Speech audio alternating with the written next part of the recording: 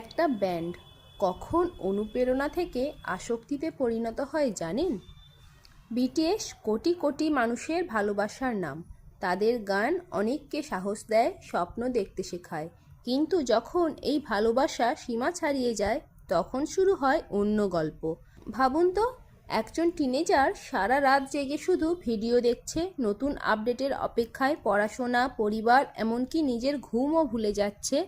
ধীরে ধীরে বাস্তব জীবন তার কাছে ফিকে হয়ে যায়, আর ভার্চুয়াল জগতই হয়ে ওঠে একমাত্র আশ্রয়। সোশ্যাল মিডিয়ায় তারকাদের নিখুঁত জীবন দেখে অনেকেই নিজের জীবনকে তুচ্ছ ভাবতে শুরু করে। জন্ম নেয় হীনমন্যতা, একাকিত্ব, উদ্বেগ, এমনকি বিষণ্ণতাও। যখন কোনো সমালোচনা বা বিতর্ক সামনে আসে, তখন কিছু ভক্ত মানসিকভাবে ভেঙে পড়ে বা অযৌক্তিকভাবে প্রতিক্রিয়া দেখায়। তবে মনে রাখবেন, সমস্যা বিটিএস নয়, সমস্যা হলো অতিরিক্ত আসক্তি। যে কোনো ভালো জিনিসই সীমার বাইরে গেলে ক্ষতিকর হতে পারে। ভক্ত হন, অনুপ্রাণিত হন, কিন্তু নিজের পড়াশোনা, পরিবার, বন্ধু আর মানসিক স্বাস্থ্যের মূল্য কখনো ভুলবেন না।